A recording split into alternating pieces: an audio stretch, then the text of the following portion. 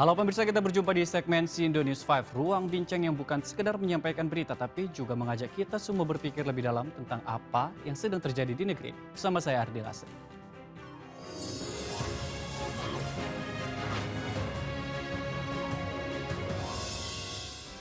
Pemirsa, Badan Riset dan Inovasi Nasional mengunggah permohonan maaf atas kesalahan penggunaan lambang negara Garuda Pancasila dalam peringatan Hari Lahir Pancasila 1 Juni kemarin. Badan Riset dan Inovasi Nasional atau BRIN menggugah ucapan maaf ini di media sosialnya. Mereka mengakui telah salah menayangkan konten dan menjadikan peristiwa tersebut menjadi pelajaran penting.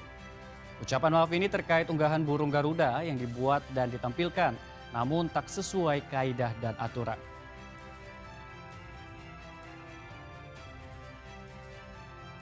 Inilah unggahan burung Garuda dalam poster ucapan Selamat Hari Pancasila yang diupload di media sosial dan menuai kontroversi.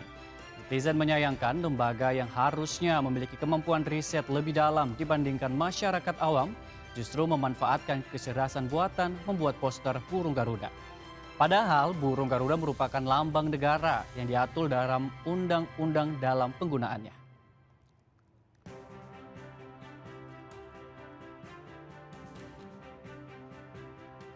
Kecewa membuat warga Randu Blatung, Kabupaten Blora, Jawa Tengah menanami pohon pisang di Jalan Provinsi Ruas Randu Blatung Cepu. Aksi ini sebagai bentuk protes atas pernyataan Gubernur Jawa Tengah. Warga protes saat Gubernur Lutfi menjawab pertanyaan jalan rusak dari Wakil Bupati Blora Sri Setiorini. Gubernur Lutfi menjawab pemerintah kabupaten harus bisa memprioritaskan perbaikan jalan yang memberikan efek langsung kepada masyarakat. Lutfi membandingkan dengan sikap Bupati Sragen yang prioritaskan perbaikan jalan rusak yang menguntungkan masyarakat secara ekonomi. Curhatan Wakil Bupati Blora Sri Setiorini soal jalan rusak di Jalan Randu Blatung Cepu dijawab Gubernur Jawa Tengah Ahmad Lutfi. Lutfi menjawab laporan jalan rusak viral itu harus dimitigasi, dilakukan pengecekan, disesuaikan dengan kemampuan. Namun di tengah hujatan ternyata anggaran perbaikan di Jalan Cepu Randu Blitung sudah disiapkan. Kepala Dinas PUPR Jateng Henggar Budi Anggoro menjelaskan justru jalan yang disoroti sudah masuk dalam program penanganan. Cuman yang viral satu Bapak ini, Jalan Cepu, Randu Blatung Cepu. Jadi begini. Viral itu harus dimitigasi.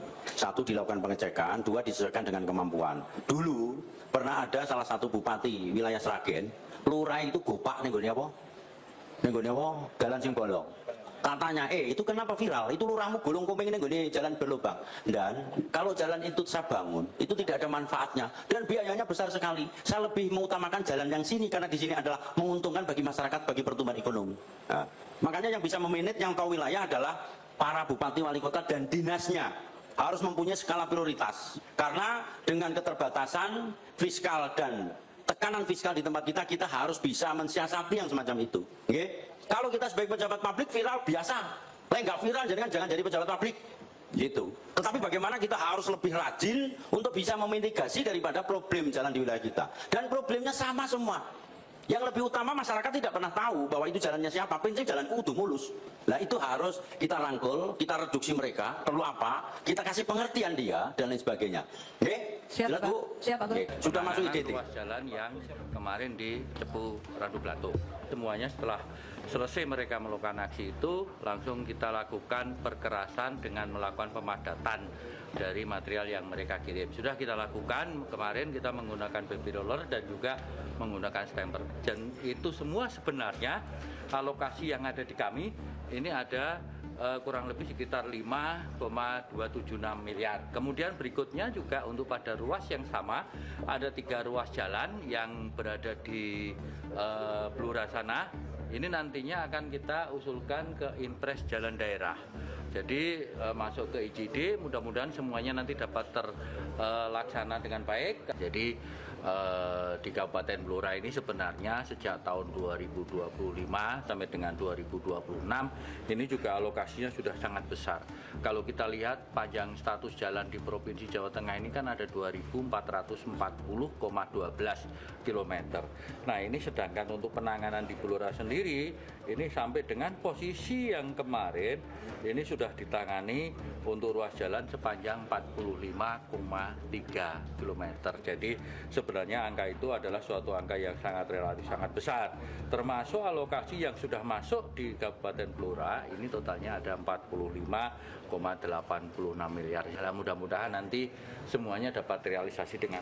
Pemirsa, di saat Gubernur Jawa Tengah meminta ada pemilahan prioritas pembangunan jalan, sementara Gubernur Sherly Johanda justru langsung menurunkan tim survei pembangunan jembatan saat mendapat keluhan dari seorang anak di media sosial.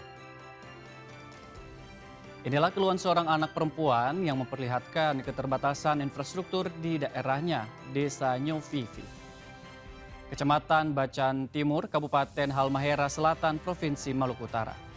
Keluhan ini disampaikan di media sosial hingga membuat banyak anak tak bisa sekolah ketika dihantam banjir.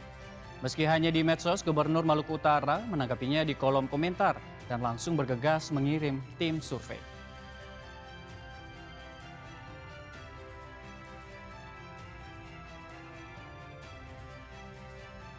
Beda Lutfi, beda Sherly, beda lagi KDM. Seorang wanita mengeluh jalanan rusak di daerah Cianjur.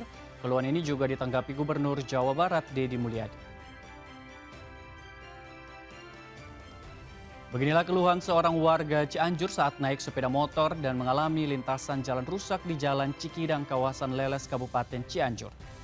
Dalam unggahannya, wanita ini menunjukkan jalan tak rata, rusak, dan beberapa telah berlubang. Meskipun ini masuk ranah kabupaten dan bukan jalan provinsi, KDM membalas keluhan warga ini.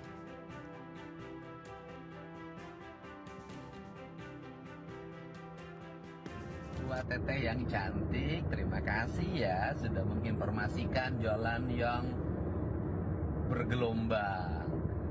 Dan saya sudah sampaikan ke Bupati Cianjur dan sudah menjawab tahun ini sudah teralokasikan di 2 ruas 1,8 miliar untuk dilakukan perbaikan sehingga jalannya tidak ajlug-ajlugan. Hatur nuhun teteh, hati-hati di jalan. Dan kenapa juga atuh harus berpisah segala, ngikutin aku aja. Presiden